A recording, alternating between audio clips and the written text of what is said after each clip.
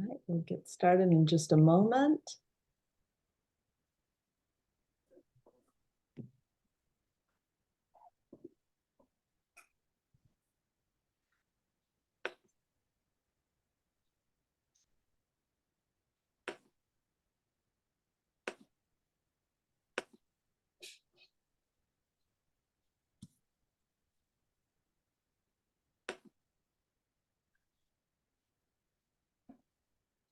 All right, let's get started since so many people are coming in. People will continue to come in, but we will get rolling. Welcome, everyone. It is so good to see you here this evening for our wonderful event, our talk with Frank Bremer. Welcome, wherever you are joining us from. Just a few notes before we jump right in. As usual, we'll follow our usual format, which is Frank is going to go ahead and start his talk. We will enjoy that, and when he's finished, we'll go to Q&A. If at any point you have a comment or a question, put it in the chat rather than the Q&A function that's at the bottom of your Zoom screen. Use the chat, and I will be keeping track, and I will get to every question and every comment, maybe not in order, but they will all be covered. So don't worry if you put something in very early on, it will not be forgotten. So then we'll have Q&A, and at the end, I'll give you a little preview of our next talk coming up, and that will be our evening. And so let me get straight into welcoming you in the name of the Partnership of the Historic Bostons. I'm Lori Rogers-Stokes, and I'll be moderating Frank's talk tonight, which is so exciting, the revolution before the revolution. So if you don't know Frank Bremer, he is Professor Emeritus of History at Millersville University of Pennsylvania. And over the course of his illustrious career, he has held fellowships at Oxford and Cambridge universities in England, Trinity College in Dublin, served as the editor of the Winthrop papers at the Massachusetts Historical Society, and as a board member of the Congregational Library and Archives here in Boston. He has published 17 books exploring Puritanism in the Atlantic world, from the prize-winning John Winthrop, America's Forgotten Founding Father, to One Small Candle, the story of the Plymouth Puritans and the beginning of English New England. He is a co-editor of the Oxford Handbook of Puritanism and is currently writing a biography of Plymouth's Governor William Bradford. And we are so happy to have Frank with us here tonight, and I will turn it over to him. Thanks a lot, Lori, and to the Partnership for all the important work they do and will continue to do as we get closer to the 400th anniversary of events that shaped New England, including the founding of Massachusetts and Boston. In 1780, John Adams looked back on the American Revolution and identified the Puritan heritage as a key factor in New England's willingness to fight for independence. Reflecting on the virtues and talents of the people, he concluded that they were shaped by the towns, militia, schools, and churches, which were the four causes of the growth and defense of New England. And he credited the founding generation of Norton, Cotton, Winthrop, Winslow, and Saltonstall for establishing those institutions. Adams was well aware of his own shortcomings and equally aware of the shortcomings of his Puritan ancestors.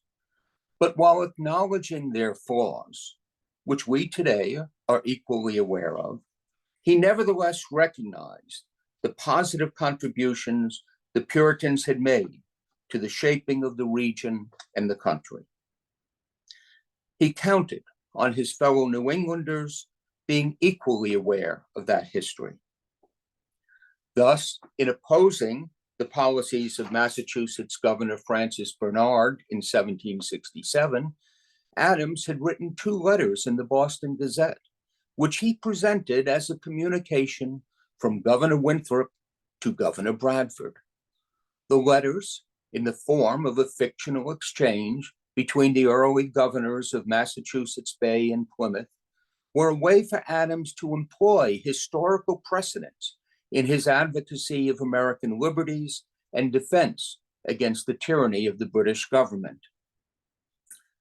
Adams knew that the Puritans had not only erected the foundations of a free society, but had been prepared to fight to preserve it.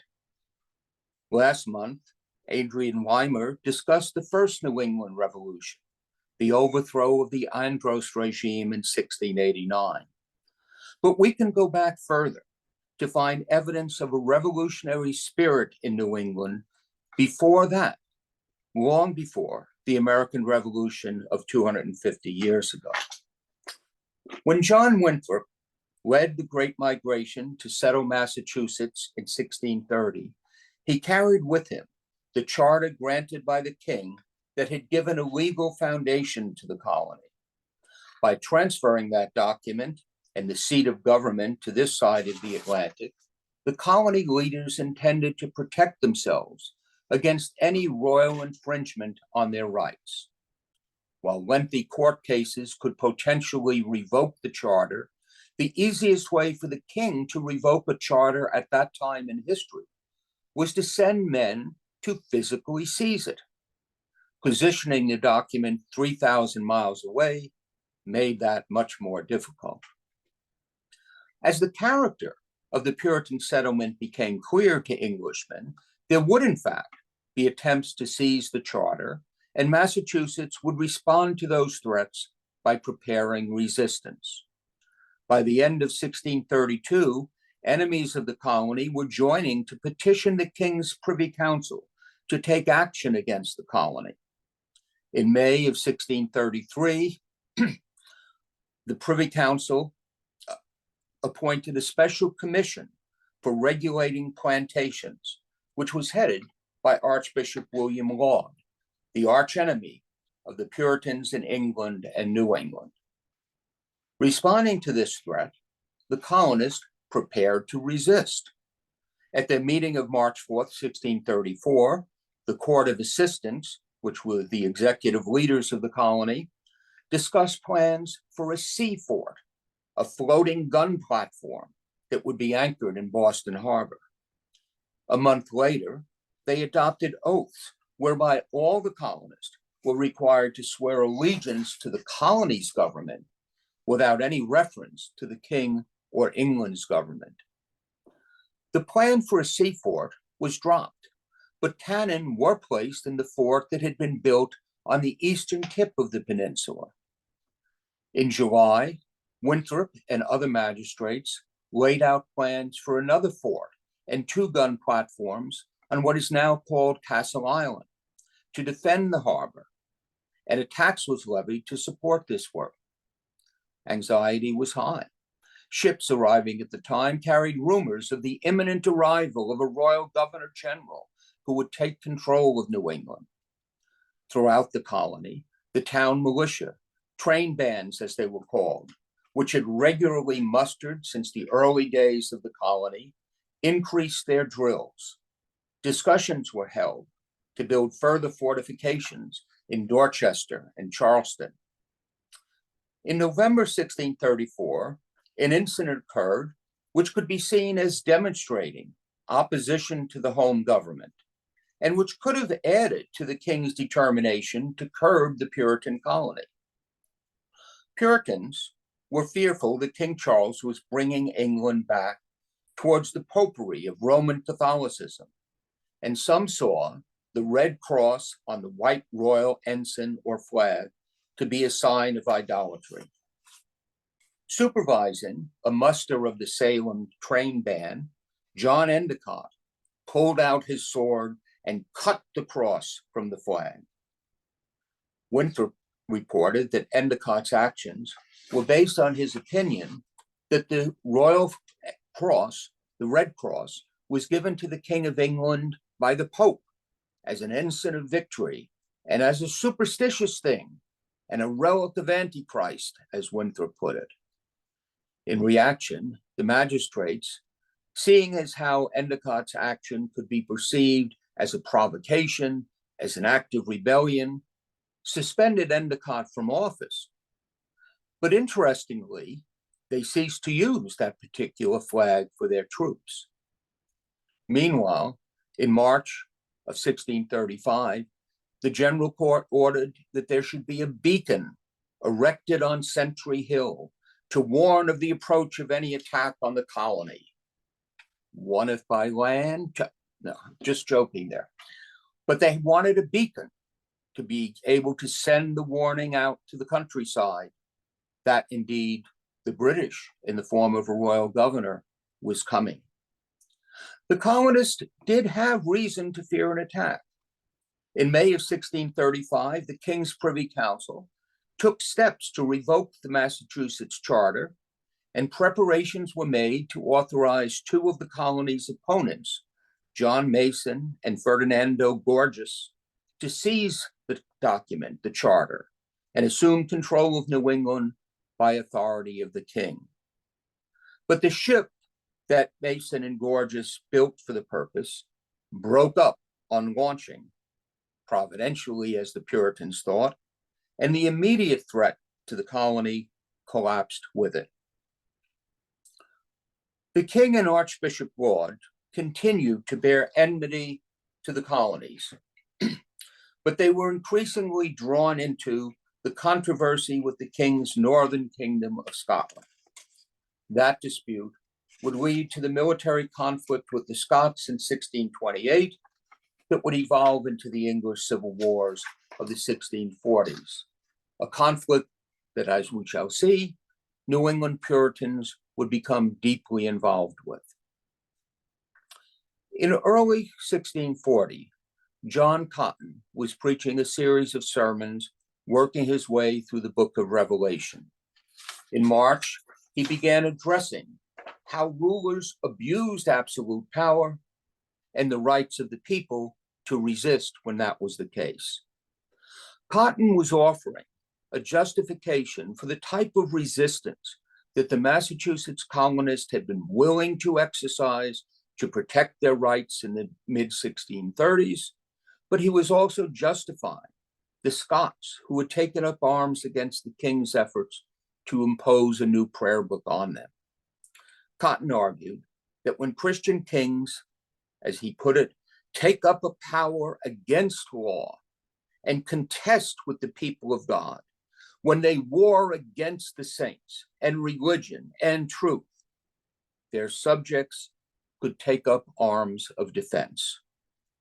This justification would undergird the support New Englanders gave to their English Puritan brethren over the next decade, and be the same used to justify the rebellion of 1775.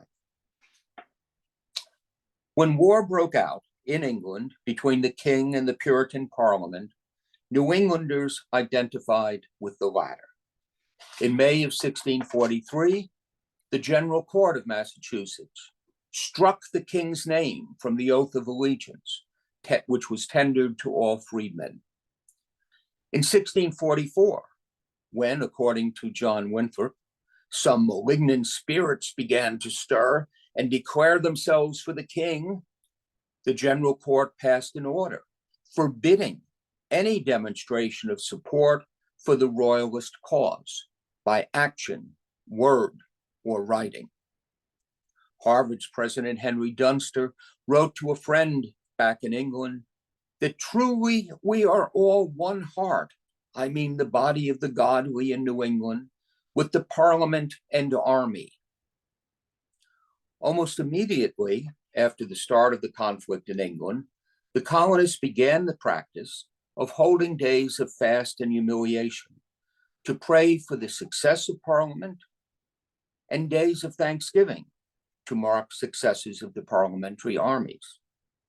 Such prayers were, as the Reverend Thomas Cobbett put it, terrible as so many armies with banners, as so many thundering legions. Another clergyman, William Hooke, wrote that it was the colonists' duty to lie in wait in the wilderness, to come upon the backs of God's enemies with deadly fasting and prayer. There were 12 fast days observed in 1644 alone in Massachusetts. Connecticut and New Haven decreed monthly days of fast and prayer in support of Parliament. Such mustering of prayer continued throughout the 1640s and 1650s. Thousands of English men and women had emigrated to Massachusetts and the rest of New England in the hopes of a better life during the 1630s. In the 1640s and 50s, it has been estimated that over 1,500 New Englanders returned to their mother country to further the cause of reform. Many served in the parliamentary armies, with 10 New Englanders rising to the rank of major general or above. John Winthrop's son, Samuel Winthrop, was an officer in the cavalry regiment commanded by Thomas Harrison. He was one of the representatives at the army debates of 1648, and later Stephen served in the Protectorate Parliament. Over 100 New Englanders served in the regiment of Thomas Rainsborough, including John Leverett, who was a lieutenant colonel. His military jacket is preserved at the Massachusetts Historical Society. Among others who returned to New England were established clergy and recent Harvard graduates who sought to rebuild England's churches on the model of the New England way. These included the young Increase Mather and his brothers, Nathaniel and Samuel. Other clergy, such as John Davenport and John Cotton, remained in the colonies, but offered advice in correspondence and in books that they wrote. The Reverend Hugh Peter went to England, became an army chaplain, and was an advisor to Oliver Cromwell. He was one of the strongest advocates of bringing the king to justice, and following the restoration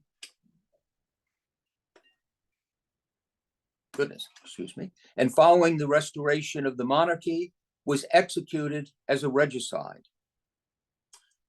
When the king was tried and executed in 1649, John Cotton preached a defense of the action, drawing on the same principles as he had in his sermons on Revelation in 1640.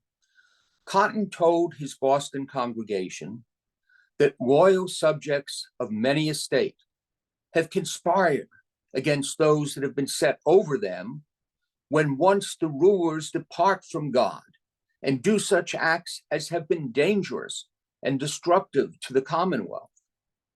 He justified the purge of members of England's parliament by troops under Colonel Pride, and in a striking passage, he went so far as to declare that if at some point the General Court of Massachusetts indeed voted to accept a royal appointed governor general, then the train bands of the colony would be justified in purging the General Court. When the Puritan Revolution failed and the monarchy was restored in 1660, Charles II took revenge on those who had rebelled against and executed his father. The body of Oliver Cromwell, who had died in 1658, was dug up and his head stuck on a pole above one of London's gates. Those who were accused of regicide and caught were executed, including Hugh Peter and the one-time governor of Massachusetts, Henry Vane. 3 of the accused regicides, Edward Whalley, William Goff, and John Dixwell, fled to the colonies, where they were applauded. When royal warrants arrived from England demanding their arrest, the regicides were sheltered by the colonists in Massachusetts and then New Haven, before eventually settling incognito in Hadley, Massachusetts. Increase Mather was one of the many former colonists to return to New England. John Leverett also returned and was chosen Major General commanding Massachusetts forces. He would later be elected governor, and in many ways his rule as governor would reflect some of the lessons he learned during England's conflict. Following the Restoration, the English government renewed attempts to bring the colonies under closer control. In anticipation of such efforts, in October 1663, the Massachusetts General Court ordered the Boston Militia Commission to see to the condition of the fort in the harbor. And in March 1664, Captain Richard Davenport was ordered to make sure that Castle Island and the battery there were ready for the defense of this jurisdiction and its authority thereof. A royal commission was sent to New England in 1664, and among its charges were to examine the Massachusetts Charter, to inquire into all laws in the colony, and to apply pressure for changes in the franchise. The nonviolent but determined resistance to the commission has been well documented in Adrian Weimer's A Constitutional Culture, New England and the Struggle Against Arbitrary Rule in the Restoration Era. The following decades saw clergy calling for resistance to encroachments from the crown.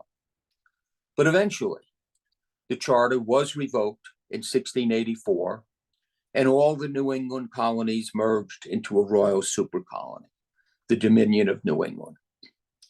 Resistance, such as had been contemplated earlier, had been rendered impractical in 1684 due to the growing number of non-Puritans in the region who actually sought closer ties with the crown, but primarily because of the financial and human losses that had sapped the strength of the colonies during King Philip's War. Under the Dominion, the use of the flag with the red cross that Endicott had defaced was reintroduced to be used by the militia. Samuel Sewall resigned his commission as a militia officer rather than use that flag.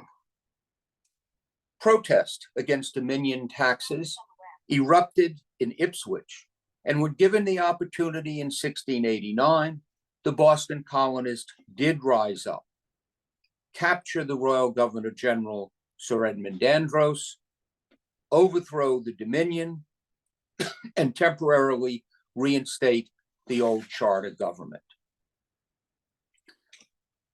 What I want to explore next is how the culture that celebrated resistance to authority from the 17th century continued to and influenced the American Revolution and beyond. New Englanders not only revered their own founders as defenders of liberty during the decades from the Glorious Revolution to the American Revolution, they also revered leaders of the English Puritan Revolution against King Charles I.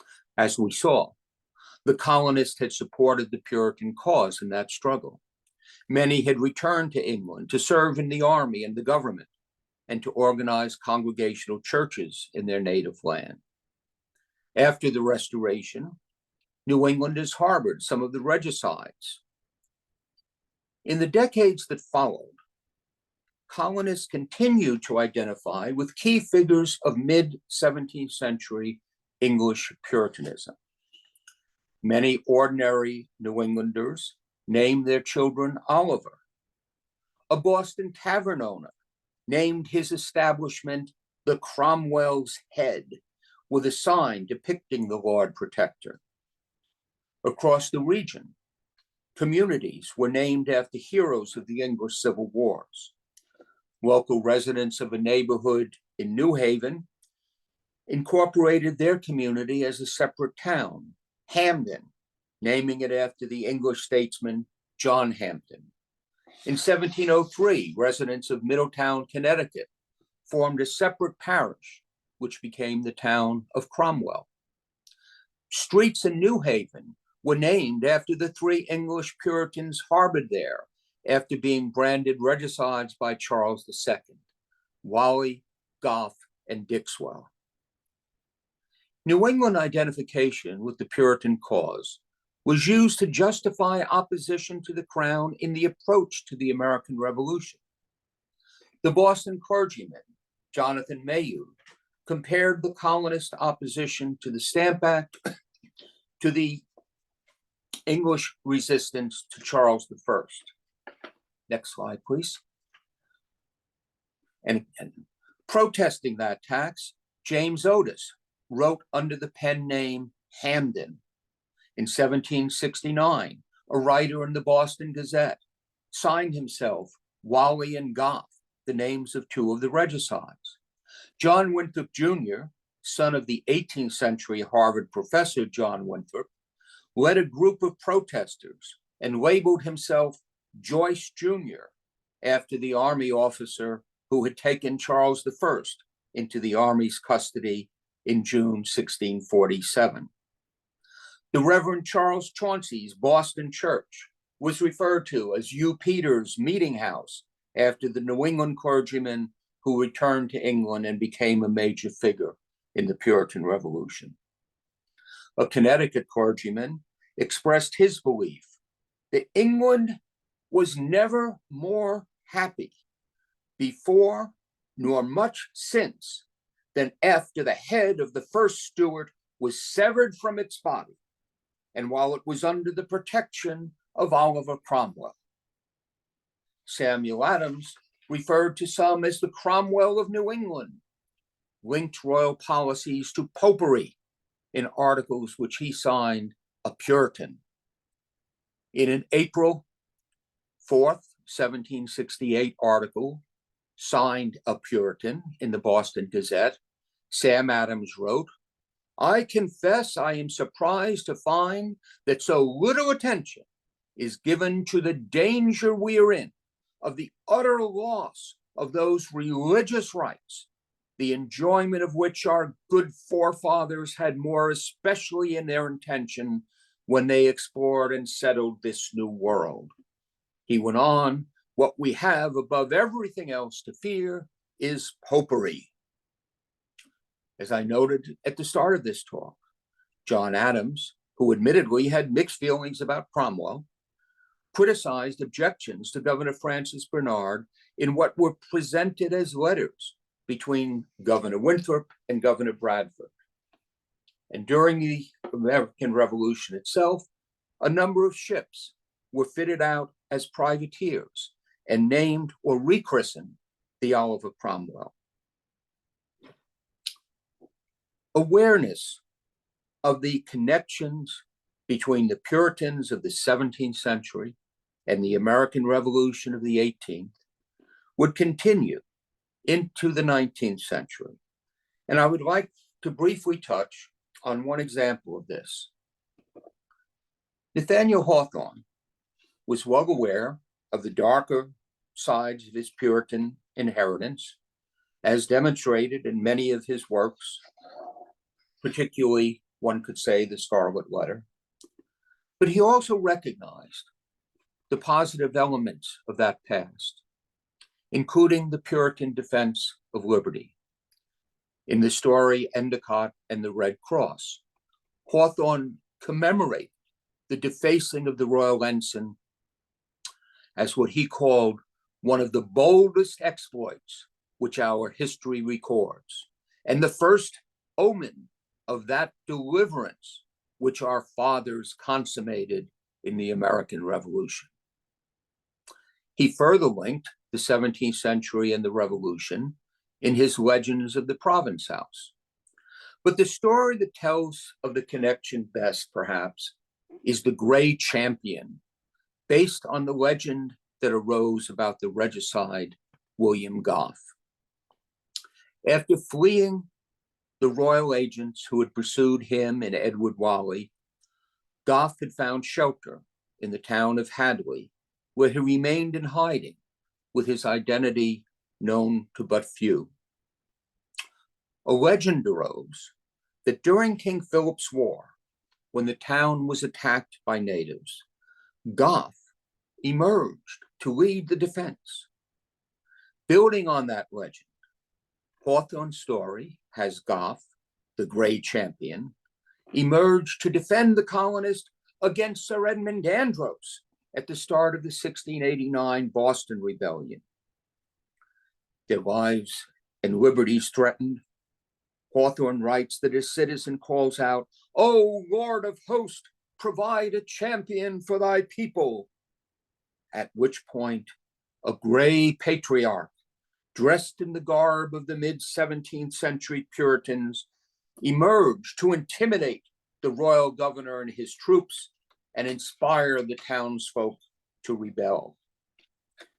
In his conclusion to the story, Hawthorne depicts the Goth figure as a once and future champion. In 1775, in the twilight of an April morning, he stood on the green beside the meeting house at Lexington. And then on Bunker's Hill, all through the night, the old warrior walked his rounds.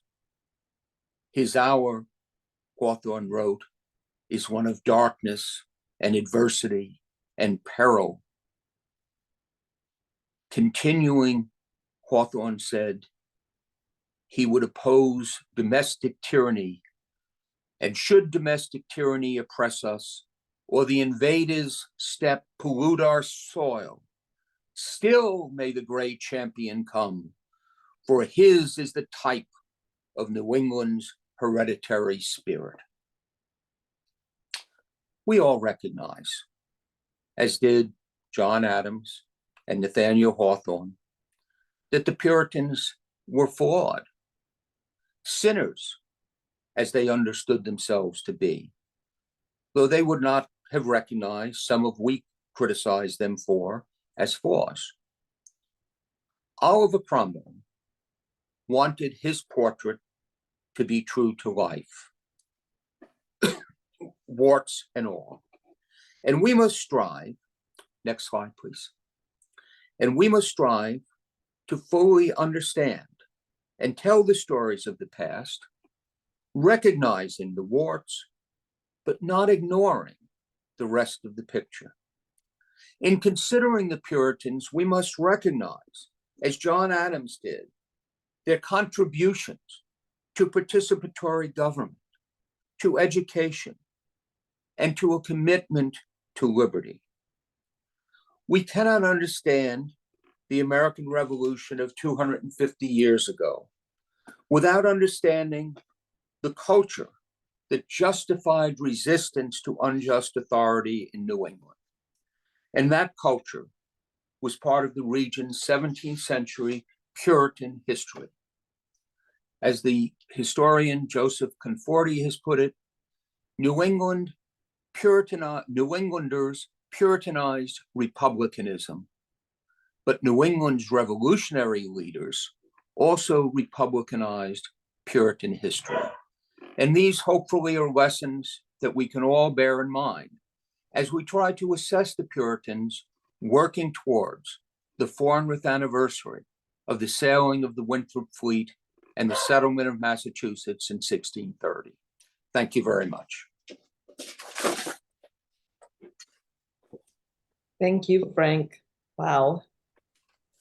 There is a lot of information packed in there, and people are putting their questions into the chat. I'm going to lead with one just for a little background. I'm going to kind of move chronologically. Why in the 1630s, just a couple of years after the Winthrop fleet arrived in this place, why did they have these powerful enemies in England? How much of it was a political argument and how much of it was religious, and how did they intertwine? Well, one of the things that occurred just before the Winthrop fleet was that Charles I dissolved a parliament in 1628 and entered into what has been referred to as the personal rule. So that Englishmen were deprived of an opportunity to express themselves about religion, about politics, over the course of the 1630s for the most part. They were taxed inappropriately. A lot of what was happening that people disapproved of was a reason why during the 1630s a lot of people joined the emigration to New England. The king's attempt to impose new policies and conformity on the English church then led him to extend his hand to his first kingdom, Scotland. And in the late 1630s, he tried to fundamentally change aspects of the Scottish Presbyterian Kirk. This prompted a rebellion. The king needed troops in order to repel an invasion from the Scots. He called a parliament.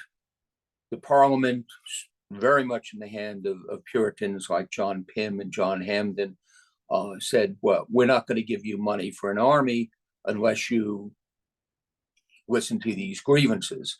And so the parliament was dissolved. It became known as the Short Parliament. The king tried to raise money on his own and attack the Scots, and he was thwarted. And so he had to come back and again call a parliament. And this time, the parliament forced him to agree to certain concessions, among which was that he could not himself prorogue parliament. They had to agree to their dissolution. And from there, you have a growing political conflict, which ultimately the king, feeling his rights are being too much impinged upon, raises his standard, and the war starts. Yeah.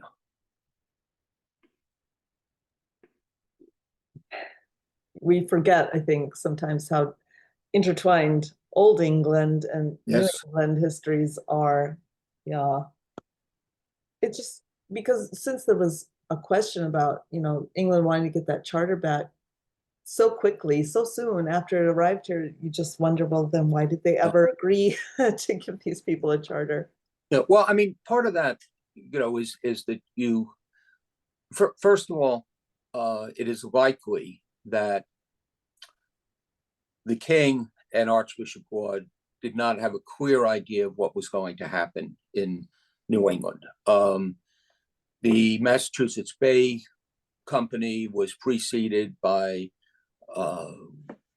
one step away, the Dorchester Adventurers, which was a largely Puritan effort spearheaded by the clergyman John White of Dorchester, and it was dedicated to fishing. And there were other colonies that would be established. Bermuda had a large Puritan presence in this period, but it's something I was just working on. I make the distinction. When we talk about Puritans in the Americas, we have to make a distinction between colonies that had Puritans and colonies that were founded to advance Puritan objectives. I mean, there were Puritans in Virginia, there were Puritans in Maryland, there were Puritans in Bermuda. The royal government was not necessarily opposed to the idea of letting Puritans who were a pain in the neck leave the country. Massachusetts quickly shows that it is a different type of colony. It is a colony meant to advance Puritan ideals.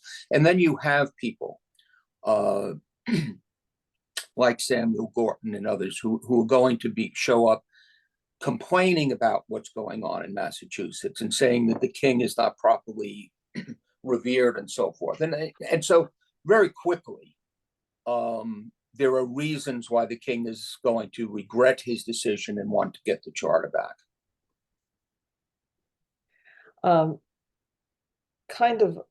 Leading into that, we have a question, again, with that intertwining of religion and politics, and a colony set up with a religious purpose to create a godly commonwealth. Barbara's asking, when did Puritanism, which really was mostly an ideal in England, when did it evolve into the established church practice of Congregationalism here in New England? Okay. What was that process? I'm not quite sure. I just that. I mean, the Puritans wanted to create a godly society. They did not want to, or in fact, create a theocracy, because one of the things, and I'll come back around to Congregationalism, one of the things that they wanted to do was to have a separation institutionally of church and state. They had suffered and feared continuing to suffer from the combination of religious and secular authority. The king was the head of the church. Archbishop Laud was a member of the king's privy council. People were wielding political power for specifically religious ends. And so they wanted to separate that. And one of the things that's characteristic of all the New England colonies is that no churchman can hold civil office. So that while John Cotton, John Davenport might advise in the guise of being basically the intelligentsia, they were university graduates, they did not have authority to do anything. I mean, all the leaders, whether it be Bradford, Winthrop, Eaton, whatever, are all lay people. Now, given that, their idea of what should be done is shaped by their religion. I mean, John Winthrop in the Christian Charity Sermon talks about how people must sacrifice their own interests for the common good, how they must love one another, rejoice together, mourn together, labor and suffer together.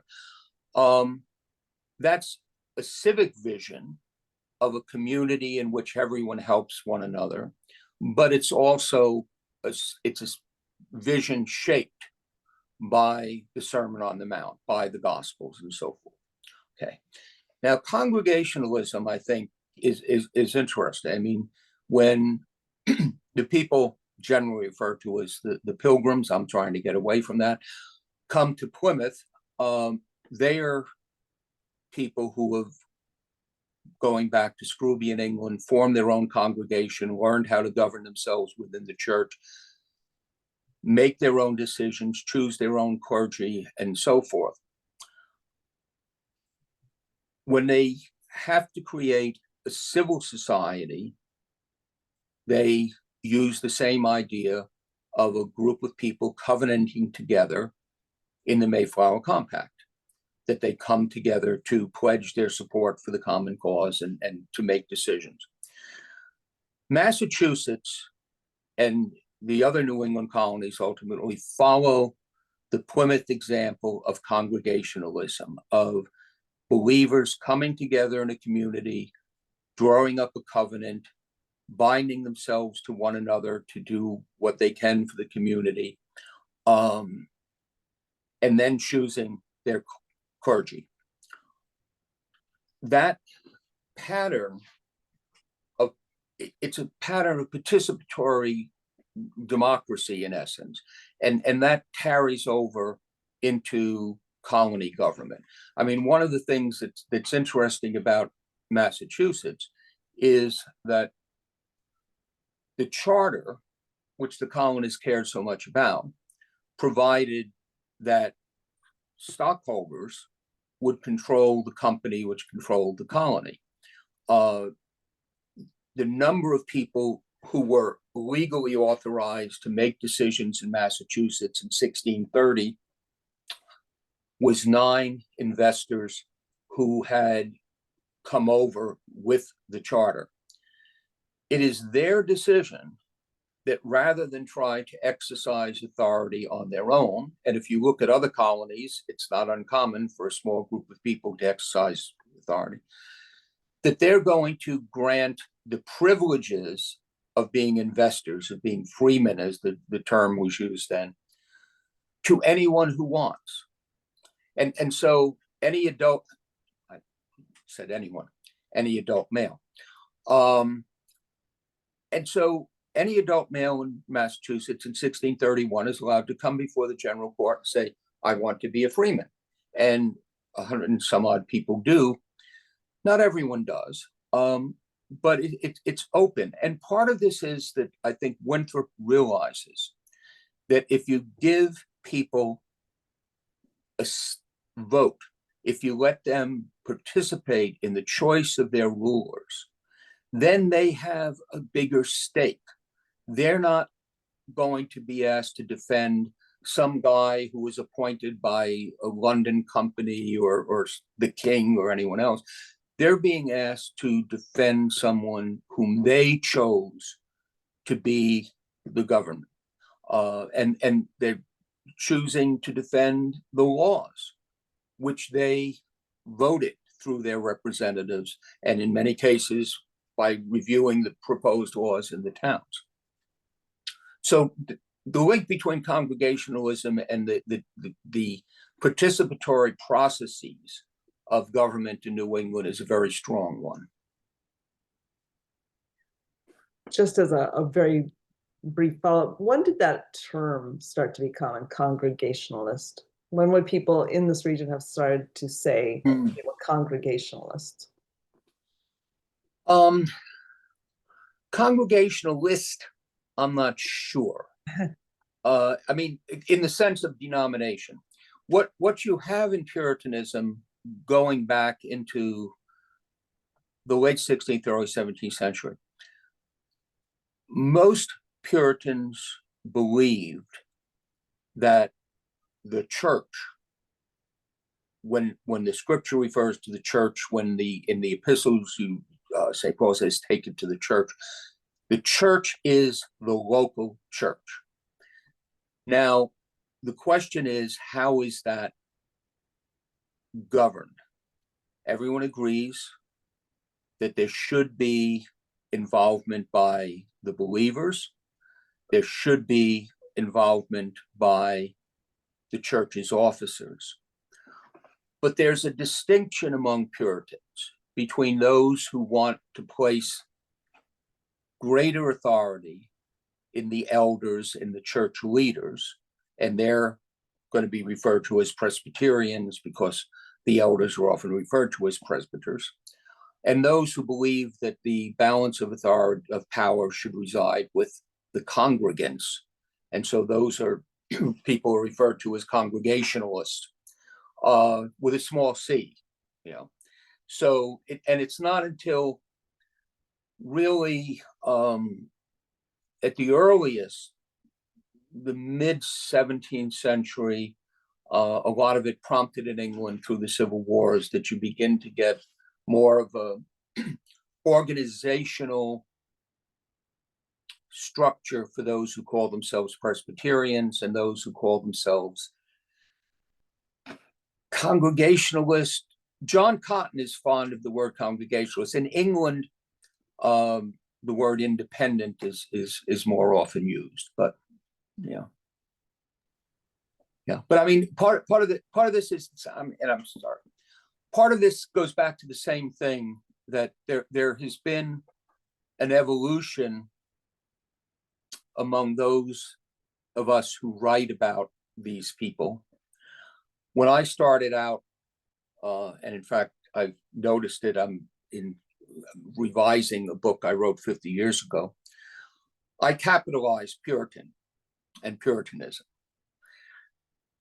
Increasingly, starting with some English historians like Pat Collinson, the tendency, which I have bought wholeheartedly into, is to use a small p for Puritan and Puritanism.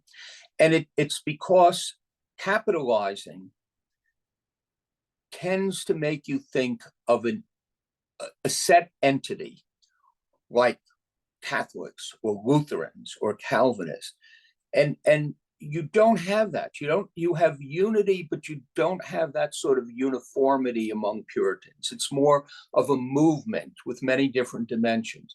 And I would say the same thing with Congregationalism and Presbyterianism up until sometime in the latter part of the 17th century. They're really tendencies. It's not that clearly defined. When you get the Westminster Confession of Faith in England in the 1640s, you're beginning to get more definition, and you get legislation from Parliament to create basically a national Presbyterian system. But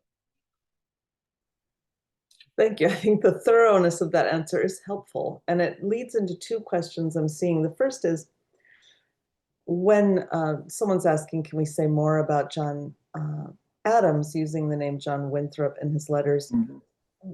Was it, do you think, because he knew that story of John Winthrop expanding the franchise, opening the door to expanding the franchise away from just the stakeholders, like having that specific understanding of his role in that, or was Winthrop at that point more symbolic? No, I think I think he knew the history very well. I mean, you had already, I mean, Adams was very well read and very well read in the history of New England. His ancestor, the first John Adams, came over very early in the Great Migration. You had written histories of early New England by William Hubbard. You had, of course, Cotton Mather's Magnalia Christi Americana, which had long sections on Winthrop and Bradford. He would have read that, certainly. And I wouldn't discount the fact that the John Winthrop of Harvard, whose son called himself Joyce Jr., was also one of John Adams' tutors. So John Adams knew a John Winthrop, a later John Winthrop, but a John Winthrop. I did not know that. That's pretty astounding. Yeah. Talk about the longevity of a region. A question we're getting here is, the 17th century, the Puritans, wearing black and having their hats, so misunderstood in the minds of most people. There are negative stereotypes that are centuries old, and they persist despite, coming up on at least a half century of revisionist history.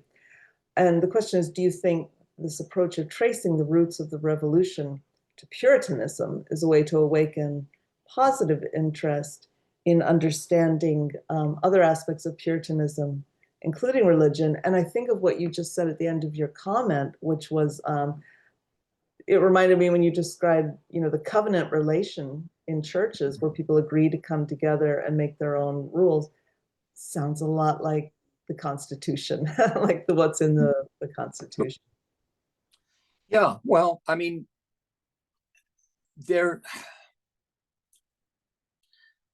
as far as that last one, I mean, there are a lot of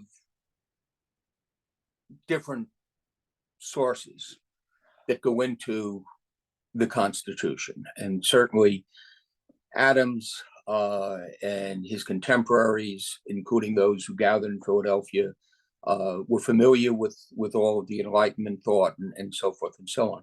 But they were also familiar with the real Whig Commonwealth political tradition that Carolyn Robbins wrote about years ago, which was the Puritan tradition transformed by Sidney and others in the latter part in Restoration England, and they were familiar with the arguments in the 17th century over the Massachusetts Charter, over the Charter of 1692, which replaced after the fall of the Dominion. And Adams, one of his large and major treatises is the dissertation on the feudal and canon law, and in which he talks about a lot of political structures, and he shows he is familiar with the Massachusetts tradition. And of course, John Adams is the primary author of the Massachusetts Constitution of 1780 after the Revolution, and his writings helped to influence the United States Constitution. So, he has there are ways in which this tradition of 17th century Puritanism and its political implications is one of the strains that go into the deliberations on the United States Constitution. But I wouldn't overstress it. As for the other point, on the perceptions of Puritans as gloomy, steeple-hatted bigots wearing black, that's been around since H.L. Mencken, and it's really hard to get rid of. I think the best way to do it is for anyone who has the opportunity to travel to Plymouth, Massachusetts, and go to Plymouth, Patuxent, and look at how the people in what I think is probably the best living history museum, certainly in New England, at how they dress. because the fact is that some of them dress in bright colors and some of them dress in more earth tones suitable for agricultural laborers. Puritans had some objections to types of extravagant dress, but they believed that you dress appropriate to your station in life. And if you were a gentleman, like a John Winthrop, you dress like a gentleman. Some of the garments are plum colored or black because that's the most expensive dye you can find in the 17th century.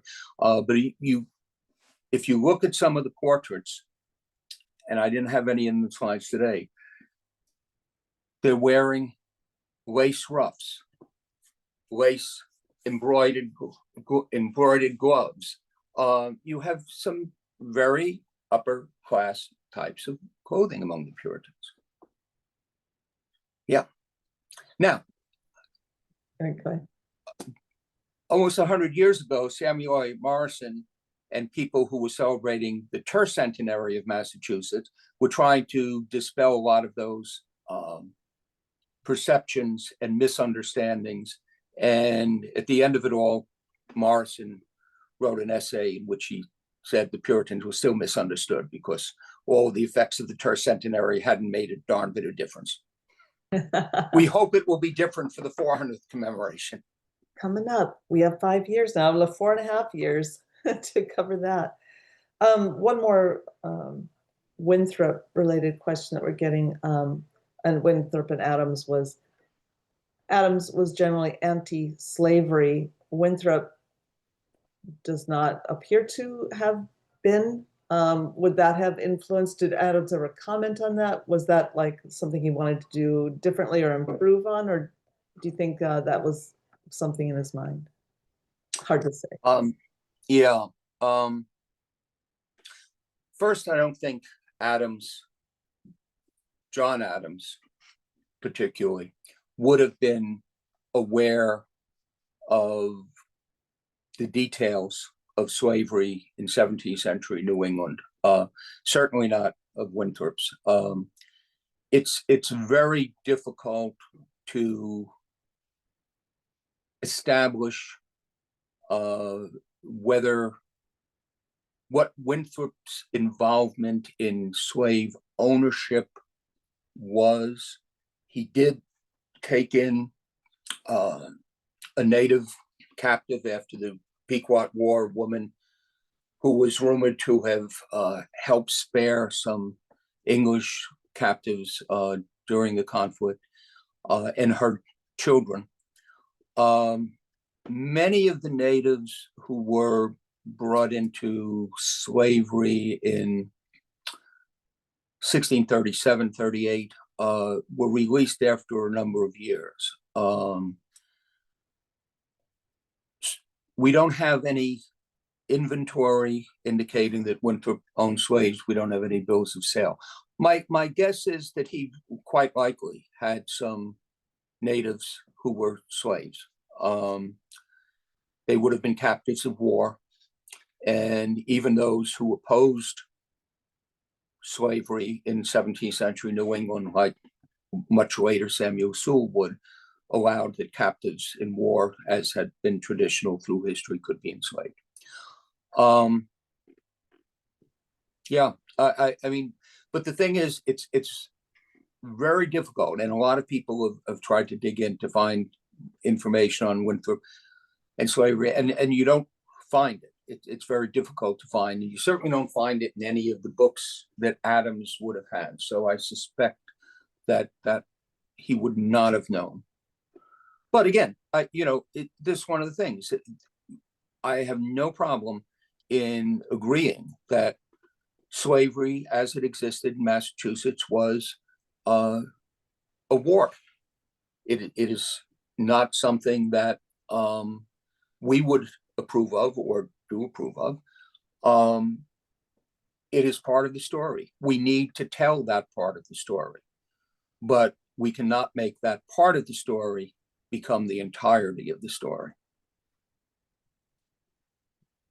I've got three kind of related questions to the English Civil War period. The first one is, you said they put a beacon on Sentry Hill. Is that today's Beacon Hill?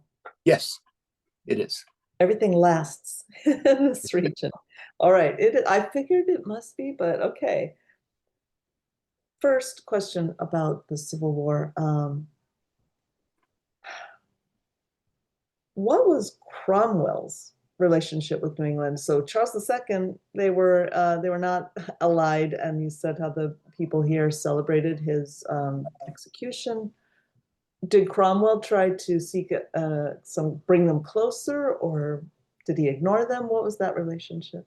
Cromwell has a good relationship with New England. William Hooke, who, when he was talking about the necessity of lying in the wait and hitting the king's forces with the deadly force of prayer, was at that time the clergyman in Taunton. He goes back to England. He's actually kin by marriage of Cromwell, and he becomes one of Cromwell's chaplains. John Cotton corresponded with Cromwell. Cromwell helped to relieve New Englanders of some of the duties on trade, the tariffs, so to speak. And when the Dutch in New Netherlands were threatening the Connecticut and New Haven colonies during what was then the Anglo-Dutch War of the late 1650s, they appealed to Cromwell, and Cromwell actually sent some naval vessels and two captains. One of them was John Leverett, who had been serving in England. Another was Robert Sedgwick, to New England to help the New Englanders capture New Netherland. But by the time they had organized forces and the different colonies had raised troops, word was received of the end of the hostilities in Europe, and as a result, nothing came of it. But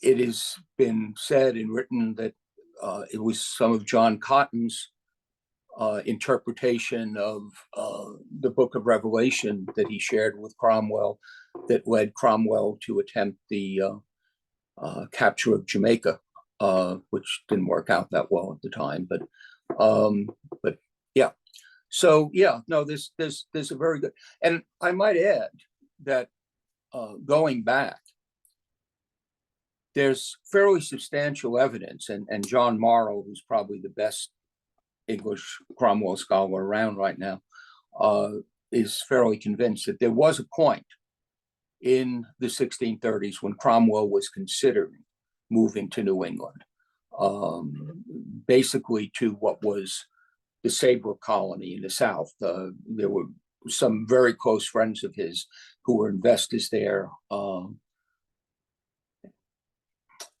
That would have been an interesting. You want to deal with counterfactuals, Oliver Cromwell in New England.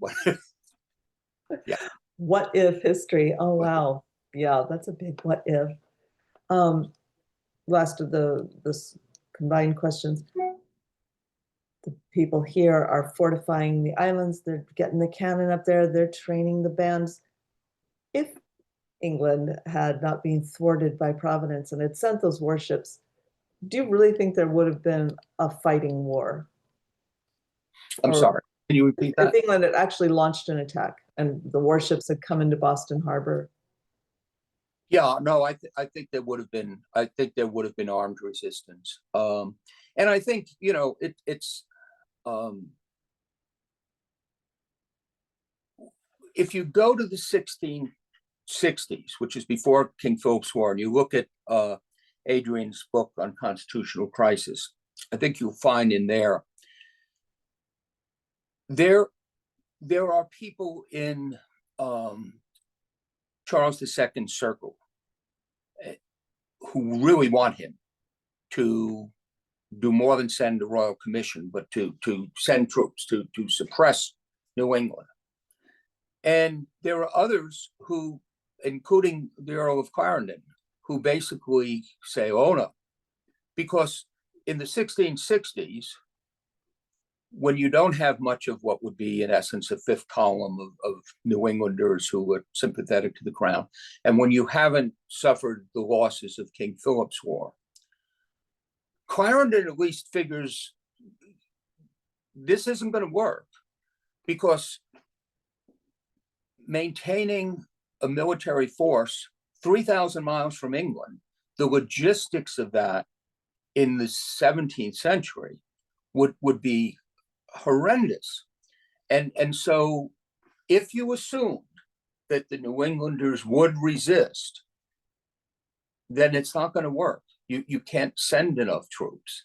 I mean, in essence, it's the same problem theoretically that George III had many years later. You know, you can beat them in battles, but they retreat into the country. What do? How do you suppress a large number of people? How do you force them under your control with the resources you have available? So, yeah, it does sound another echo of the situation England would be forced to experience during the Revolution. Someone is following up that they found in the Harvard History of Slavery report information about Winthrop ordering 17 Pequot prisoners of war to be enslaved in Bermuda. And we do know. Okay, that's an interesting question, or an interesting thing. And I might say, I discussed this with some people at Harvard because I was involved with as I testified via Zoom to the committee that was, and for all I know, is still considering renaming Winthrop Hall. And one of the big issues was Winthrop and slavery. There's someone else. The Pequot that was sent to Bermuda never got there. They were, for whatever reason, the ship, the Desire, missed Bermuda, decided not to go to Bermuda. The slaves were actually brought, or the natives were actually brought to Providence Island. And there they were enslaved. And the blacks that returned on the Desire to Boston, who became the first substantial number of black slaves in New England, came from Providence Island. If you go to the Winthrop papers, there is an interesting letter from Patrick Copland, who was the Puritan clergyman in Bermuda at the time. He had incidentally been a clergyman involved with the British East India Company, and while in India, he had found a member of the indigenous population, the Indian population, brought him back to England, educated him, converted him, presented him to, at the time, would have been James I. Copland then became involved with the Virginia Company, and he was, had the Great Massacre not occurred, he would have been in charge of the school at Henrico for educating Native Americans.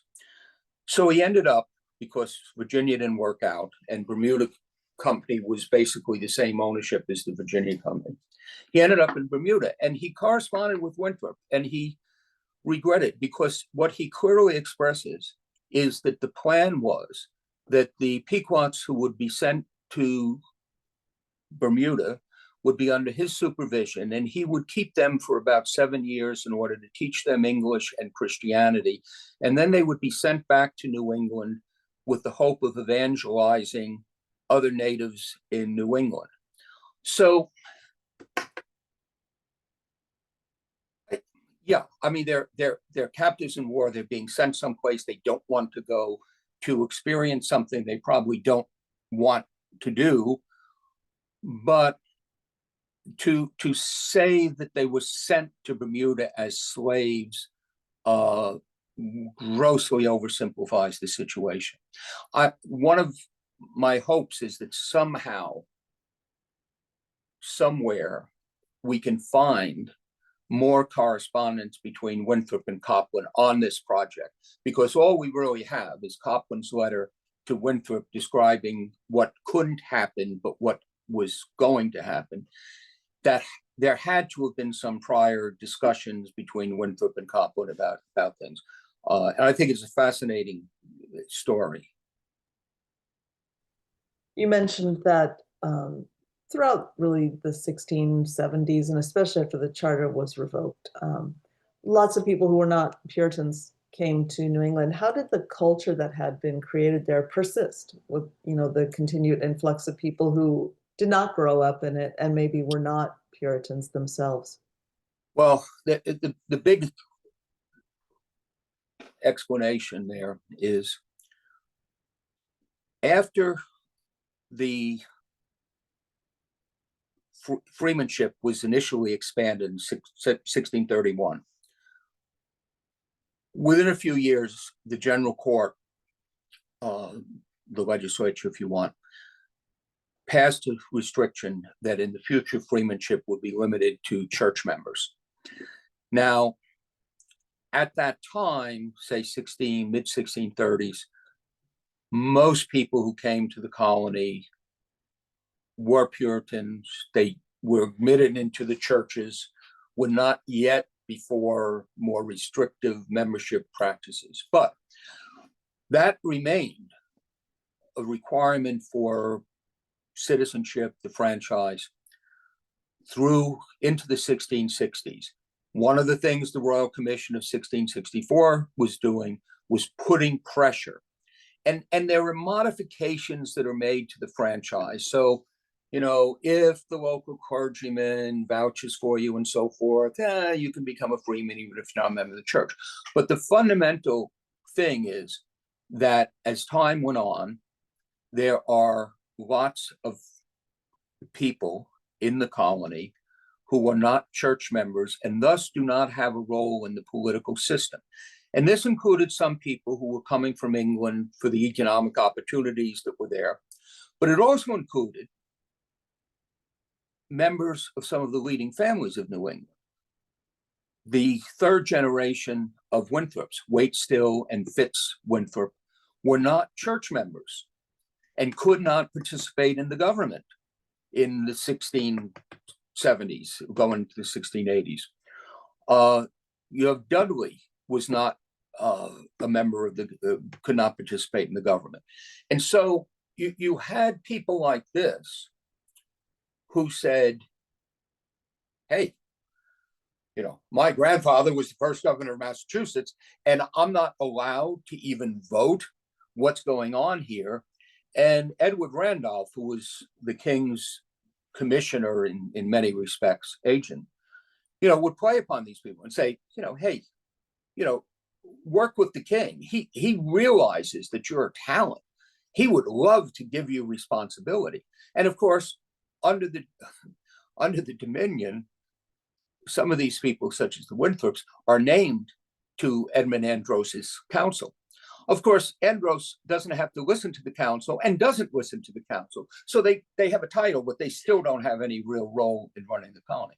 But yeah, these are the sorts of things that sort of undermine the establishment, that you have a growing number of people, including very prominent people, who do not support the establishment.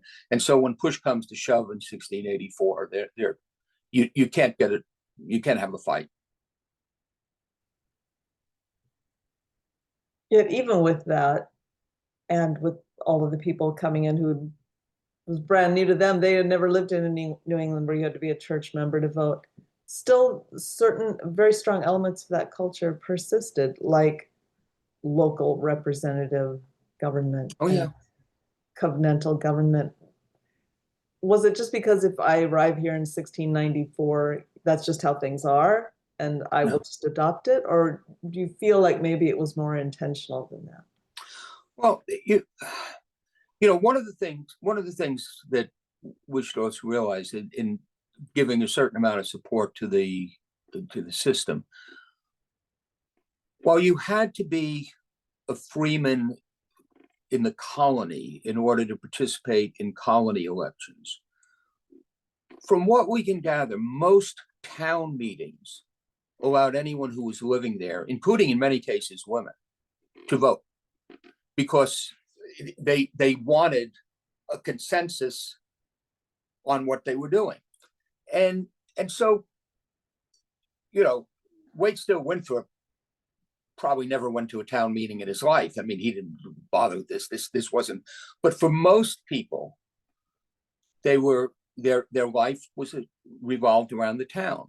And even if they couldn't vote in colony elections, they saw this system, which included their towns, their churches, as worth supporting. A quick follow-up question. To reserve voting, and you've already begun to complicate this with what you just said, to reserve voting to full church members, isn't that not separating church and state?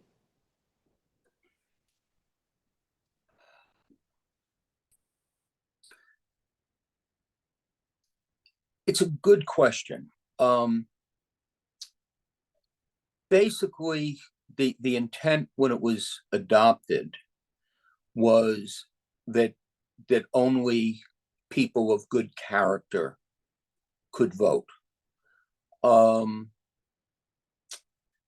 It was still a broader franchise than you had in England, where the franchise was essentially limited to the upper levels in terms of wealth. So that people who could vote in New England could not have voted in England. You can't, institutionally, you still maintain a separation between church and state. But yeah, I mean, it's not perfectly clear, because it's also, there are people who say, well, the laws are basically a reflection of the church values. Okay. Most of our laws come out of a Mosaic tradition, Christian tradition. That doesn't really make them Christian laws per se, but it means the values of the people who decide that it's wrong to murder have been shaped by centuries of. But no, I'll grant. I mean, I think the question of church membership now, and there are people, Robert Child in the 1648 being one, who say, hey, we should be allowed to vote, and that is debated. I think that the problem is, for Winthrop and others, is the purpose of the government is to create a society that accords with what are Christian values. Not to institute any of them specifically, but if you give the vote to people who are not of us, does this threaten what we've established? It's a good question. And, one of the things that if you go back into the 1960s, there were people who really wrote a lot and debated a lot about the franchise and who could vote and who couldn't. In Connecticut, there really doesn't seem to have been a church requirement for the vote. In New Haven, it was a strict one. But people were writing, and there was a lot of scholarship on the franchise. And there really hasn't been. And it's interesting because, again, when you look at the other side of the Atlantic, with the Leveler movement and the Digger movement, there's a lot of discussion in England in the 1640s about who should be allowed to vote. That doesn't really carry over much into New England, but it's a good area that some people should start researching again. People working on that. You mentioned Hawthorne at the end and his kind of mythical Puritan who, like King Arthur, patrols the shores. And you talked about the Scarlet Letter, which is what most people, I don't know if people are still being asked to read it in school, but that, like, Scarlet Letter, and it's just a shorthand kind of nutshell for Puritan intolerance. Hawthorne is writing, I believe, in the 1830s, not that long after the Revolutionary period. Does he represent a final, people finally turning away from that Puritan heritage and judging it differently and more harshly? Or was that just him? There are some, I would argue, incidentally, that the Scarlet Letter does not necessarily depict all Puritans in a bad light. I mean, Chillingsworth, definitely. But, one of the things that I try and argue when I talk about or write about Puritans is there are some Puritans who believe in listening to others and in searching for further light. John Winthrop in the Christian Charity Sermon says, if we do what we're supposed to, what we think God wants us to do, God's going to give us more light. He's going to show us more of his truth than we ever had before. So he's open to some possibilities that I might be wrong. I am a sinner. I might be wrong. Maybe we'll learn something more, which is why he engages people like Roger Williams. But there are others who are close-minded and who are more the narrow, bigoted. Thomas Shepard, I would argue, is one. You've had a lot to do with Shepard. Thomas Dudley, I think, is another. But and there are those people in the Scarlet Letter, but there are other aspects. Hawthorne's ambivalent. He certainly, if you look at the House of the Seven Gables, he certainly is not comfortable with the role that his ancestor played in the witchcraft episode. So, that's one thing. And at the time he's writing, some of the records of the witchcraft are being published and so forth. So he's probably more aware of that. But there's one of the least known, maybe the least known, of Hawthorne's works is a little book he wrote called Grandfather's Chair. And it's a book that grandfather owns a chair that possibly once belonged to John Winthrop, or maybe it was William Bradford, something, but this ancient chair, and he sits in it and he tells stories about the past. And it's a book intended for children.